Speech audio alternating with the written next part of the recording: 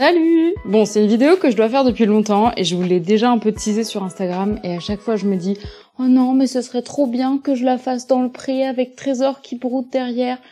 Sauf qu'en fait, si je me dis ça, je la fais jamais. Donc finalement, ce sera dans mon salon. J'ai déjà fait 2 vidéos sur le pied qui font partie des vidéos les plus populaires de ma chaîne. Et donc c'est sans grande surprise, vous vous doutez que le fer, c'est pas particulièrement mon ami. Attention, c'est pas mon ennemi non plus.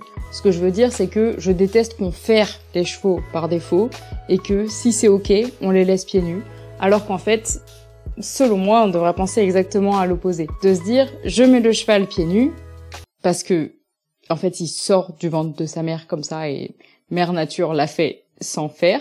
Et si jamais, parce que l'environnement que je lui offre, parce que ce que je lui demande de faire, parce que tout un tas de raisons, ça ne va pas, et dans ce cas-là, si j'ai pas le choix de faire autrement, alors je ferre. Et en fait, c'est un petit peu ce qui s'est passé avec Trésor. Alors déjà, l'historique des pieds de Trésor, Trésor trotteur français, donc en général pas des pieds trop fragiles non plus.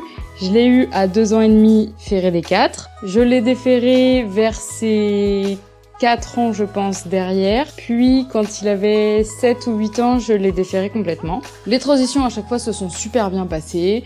Il a même repris des épaules, repris des trapèzes, repris de la base de l'encolure. Bref, franchement, moi, j'étais super contente de le déferrer. J'ai pas toujours super bien géré sa transition et même l'entretien de ses pieds. Et c'est pour ça que je dis qu'il a des bons pieds de base, je pense.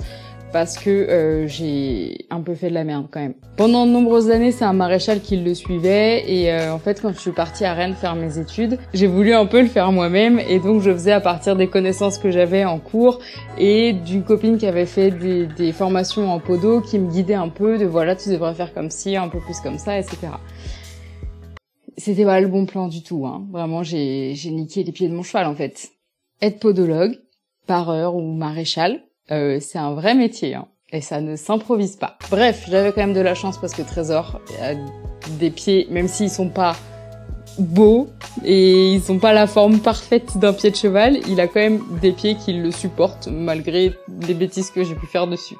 Bref, vous n'êtes pas sans savoir que cet hiver a été absolument pourri pour tout le monde. Jusqu'à il y a peu, j'étais dans une autre écurie du côté de Nantes et en fait, Trésor, il a passé tout l'hiver, les pieds dans la flotte, comme la plupart des chevaux. Il avait pas d'abri, et en plus, toute la zone dans laquelle il évoluait, il y avait 0 cm² de sec. Mais vraiment, 0. Donc il a vraiment passé tout l'hiver, les pieds dans l'eau.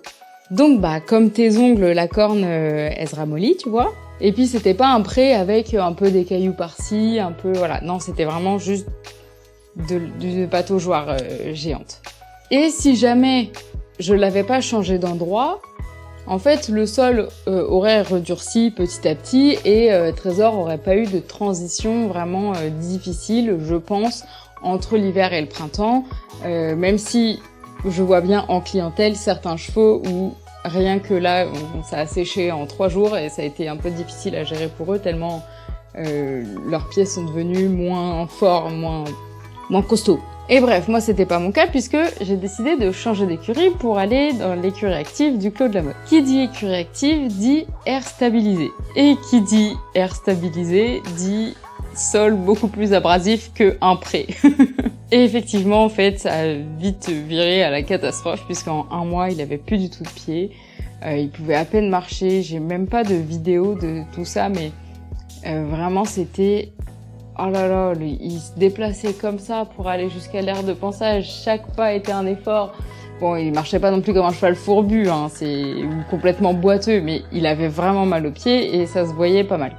Donc j'ai commencé à parler avec ma copine maréchal, qui le suit ponctuellement, en lui disant « Est-ce que t'as une solution ? Parce que là, si ça continue, je vais devoir finir par le ferrer en fait. » Elle me répond « Mais non, attends, t'exagères, c'est bon, c'est pas en 1 mois qu'il a perdu tout son pied, quand même, Trésor, il a des pieds corrects. » Donc ce que j'ai essayé, parce que sur Instagram on me l'a recommandé, c'est un produit qui s'appelle le Keratex et qui est un durcisseur de sabot. Je l'ai mis tous les jours pendant 1 semaine et à la fin de la semaine, j'avais un tout petit peu d'amélioration où je le sentais un petit peu moins sensible. Mais bon, c'était pas trop ça, quoi. Et en gros, le Keratex, c'est vraiment comme un vernis durcisseur que nous, on se met sur les ongles, qu'il faut mettre sur le tiers du bas du sabot à l'extérieur et sur la sole, mais pas sur la fourchette et pas sur les glaumes, évidemment. Donc bref, ma copine Maréchal est venue, et puis elle regarde ses pieds, et puis elle commence à parer, et puis va falloir ferrer, Émilie, hein. Et voilà, comment est-ce que j'en suis arrivée à referrer mon cheval, qui était pieds nus depuis bientôt 10 ans. Les problèmes. Les problèmes. Alors là, il y a plusieurs questions qui se posent. Est-ce que, par exemple, les hipposandales, ça aurait pas été une alternative? En réalité, je suis pas une très grande fan des hipposandales au quotidien, déjà, parce que ça peut abîmer la peau. Et puis, mine de rien, sur les peu d'études qu'il y a eu de fait sur les hipposandales, ça modifie quand même pas mal la biomécanique du cheval. Et si c'est 1 heure de temps en temps parce que vous faites 3 balades par mois, il n'y a pas d'inconvénient à ça. Mais sauf que là, porter 24 heures sur 24 tous les jours, c'est impensable. On peut se dire aussi que j'aurais pu faire une transition plus progressive entre être 100% les pieds dans la flotte et être 100% sur du stabilisé. Même si j'exagère, c'est pas 100% sur du stabilisé puisque la journée, ils vont au pré comme ils veulent. Les chemins sont pas stabilisés, donc quand ils sont sur les pistes, ils sont sur de la terre. Donc effectivement, j'aurais pu chercher une manière d'être un peu plus progressive dans la mise sur air stabilisé. Ensuite, j'ai choisi la ferrure plastique. Bon, ça, normalement, c'est sans trop de grandes surprises pour vous. Parce que contrairement à la ferrure en acier ou en alu ou à n'importe quelle ferrure métallique, la ferrure plastique permet la distorsion de l'arrière du pied. Et si vous comprenez pas de quoi je parle, il y a 2 vidéos qui vous attendent sur ma chaîne YouTube. J'ai donc choisi de ferrer en plastique. C'est pas du tout une sponsor, mais c'est cette ferrure-là que j'ai utilisée, les fers Duplo, avec le petit insert métallique. Ça, je vous avoue que j'ai pas trop réfléchi à est-ce que je voulais un insert métallique, est-ce que j'en voulais pas. En réalité, l'insert métallique, il est juste en avant, sur la partie avant de la 3e phalange. Et cette partie-là, dans le sabot, c'est une partie qui a vraiment très très peu de mouvement. Donc, en soi, je m'en fiche un peu que y a un insert métallique ou qu'il n'y ait pas d'insert métallique. Ma maréchale, elle avait que des fers comme ça, avec un insert métallique. J'ai pas cherché plus loin. De toute façon, Trésor, il pouvait pas attendre sa prochaine visite dans 3 semaines. Il fallait qu'il soit ferré ce jour-là. Une autre question qui est revenue pas mal quand je l'ai annoncé sur Instagram, c'est pourquoi j'ai broché et pas collé. Parce que si vous êtes pas au fait de ça, on peut brocher un fer, donc lui mettre des clous, clouter le fer dans le pied du cheval, ou on peut aussi le coller avec des grosses languettes qui se mettent sur le côté. J'ai broché pour une raison toute simple, c'est que c'était le plus pratique et que c'était la seule chose que pouvait me faire ma maréchale. Ma maréchale, elle a déjà fait des stages pour apprendre à coller, mais en fait, elle se trouve pas assez performante là-dedans. Les fois où elle a essayé, c'était pas forcément très convaincant. Peut-être qu'elle a mal fait, peut-être que c'était pas le bon matériel, j'en sais rien, on s'en fiche. Elle m'a dit, je fais que brocher parce que je me sens pas confortable dans le fait de coller. Moi, je m'en fiche, franchement. Alors oui, je comprends qu'on puisse se dire, oui, mais si on broche déjà, c'est beaucoup plus invasif que de coller. Et puis, en venant brocher, on solidifie davantage le pied que si on venait coller. Je reçois parfaitement ce genre d'argument. C'est complètement légitime et je suis même plutôt d'accord. Mais en fait, là, c'était plutôt une situation d'urgence. Moi, j'avoue que j'ai la flemme d'apprendre à aller coller des fers à Trésor. Et puis, quand je vois toutes mes copines sur Instagram qui ont des fers collés, ça a l'air d'être une galère, les potes. Donc, je préfère me dire, tant pis, c'est broché. De toute façon, l'objectif, c'est que ce soit provisoire, c'est pas qu'il reste ferré toute sa vie. Donc voilà, c'est broché et c'est comme ça. Et il a des fers sur les 4 pieds. Et oui, parce que finalement, les postérieurs étaient encore plus raccourcis que les antérieurs. Ça a été un peu compliqué de brocher le postérieur gauche parce que, en fait, rien que les coups de marteau, là, je sais pas comment ça s'appelle, leur marteau pour enfoncer les clous, la résonance dans le sabot, ça lui faisait mal tellement il avait mal aux pieds du fait qu'il avait plus du tout d'épaisseur de sol, en fait. Mais bon, on a récompensé avec plein de bonbons, on a détourné l'attention et elle a pu le ferrer. Et là, ça va faire bientôt 1 mois, ou même peut-être un petit peu plus d'1 mois, qu'il est ferré, qu'il n'y a pas eu un clou de partie, qu'il a ses 4 fers au pied. Mais par contre, je peux vous dire que quand je vais en balade, je passe mon temps à regarder s'il a pas perdu un fer, parce que c'est quand même 90 balles la paire. Voilà, donc l'objectif, c'est pas que il reste ferré toute sa vie. L'objectif, c'est que là, il reprenne un peu de pied. On le remette pieds nus une fois qu'il a un petit peu plus de pied pour que le pied se restimule, etc. Et puis, en fait, ce que nous disait la gérante des écuries, c'est que la plupart des chevaux, en écurie active, au début, forcément, le sol est abrasif, donc à chaque fois, les chevaux perdent un petit peu de pied, mais en fait, au fur et à mesure, le pied se durcit et la corde finit par s'habituer, quoi. Alors, ça va peut-être pas se faire en une seule ferrure, et c'est pas parce que ça se trouve, je vais déferrer dans 2 mois qu'il va rester pieds nus après et que c'est bon. Si ça se trouve, il va falloir que je ferre, que je déferre, que je referre, que je déferre. Donc pour les petites infos sur les ferrures plastiques, donc c'est des fers qui ont la possibilité de se distordre. Ils peuvent être avec un insert métallique ou pas. C'est des fers qui sont beaucoup plus volumineux que des ferrures classiques. Et je sais pas si c'est le cas de tous parce que je suis pas archi calée de tout ce qu'il y a dans le catalogue de la ferrure plastique, de la semelle plastique je devrais dire, mais le mien il recouvre quasiment la totalité du dessous du pied. Il existe différentes tailles comme pour les fers et ensuite la maréchale, puisque moi c'est une femme, règle le fer à la taille du pied du cheval avec une meuleuse. En fait elle prend des marques avec un feutre et tout et après elle va travailler son fer, sa semelle plastique avec la meuleuse avant de venir les coller ou les brocher. On peut donc les brocher ou les coller. On peut réutiliser une même paire, c'est-à-dire que là, la prochaine fois que ma maréchale vient, si elle enlève le fer et que il est pas particulièrement usé, eh ben, on peut lui remettre. Et heureusement, parce que si je devais payer 180 balles de nouvelles ferrures toutes les 6 semaines, ça commencerait à être compliqué.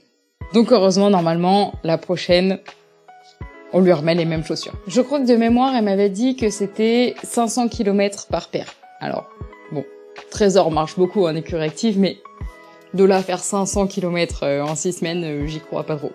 Et qu'est-ce qui a changé pour lui au niveau de sa vie quotidienne? Bah déjà, en fait, il a perdu du poids, parce que il bouge beaucoup plus, il s'est tonifié vraiment de dingue, il a sa sangle abdominale qui est remontée. Et là, au bout de 1 mois, vraiment, moi j'observe vraiment une différence. Il est hyper allant partout dès qu'il se déplace, etc. Alors qu'avant, il était un peu réticent à cause de son mal de pied. Donc je suis super contente d'avoir ferré Trésor. J'avoue que c'était... Disons, heureusement que j'ai eu le temps de processer dans ma tête au truc, de me dire « Ah là, c'est vrai qu'il a super mal au pied, mais attends, en fait, j'ai quoi comme solution ?» Et bah en fait, il y avait plus d'autres solutions que de le ferrer. Mais encore une fois, c'est quelque chose de transitoire parce que je peux pas faire autrement. C'est pas ma finalité de l'avoir ferré parce que pour moi, il peut très bien évoluer sans.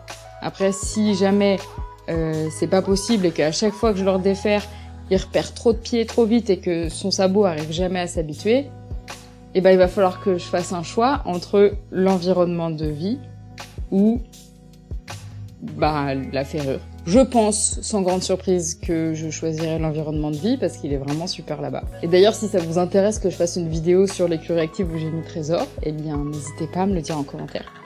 Et j'essaierai de faire ça cet été. Est-ce que j'ai d'autres trucs à dire sur la ferrure? J'avais pas fait une story avec des questions?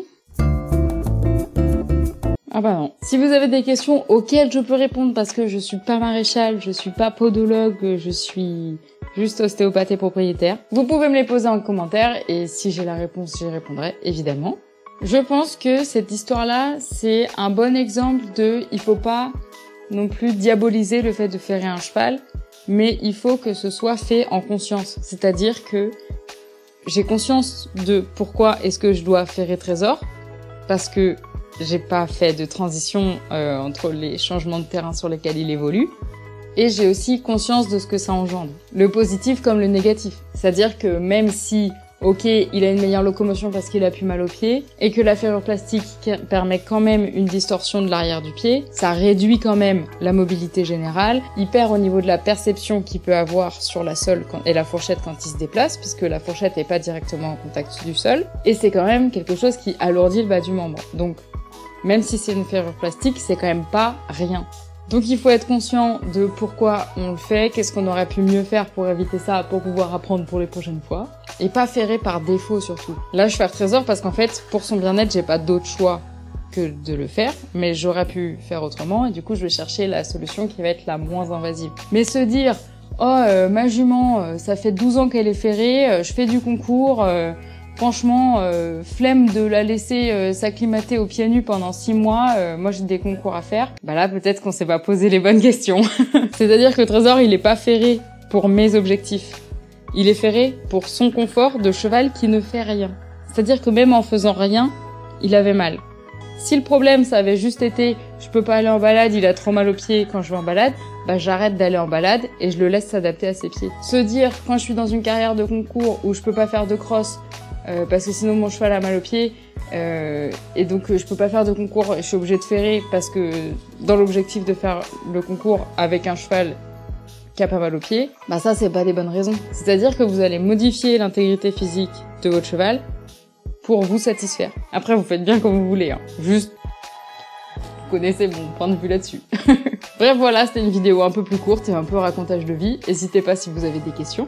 Je serai bien évidemment dans les commentaires. Et puis, prenez soin d'eux, prenez soin de vous. Et moi, je vous dis à bientôt!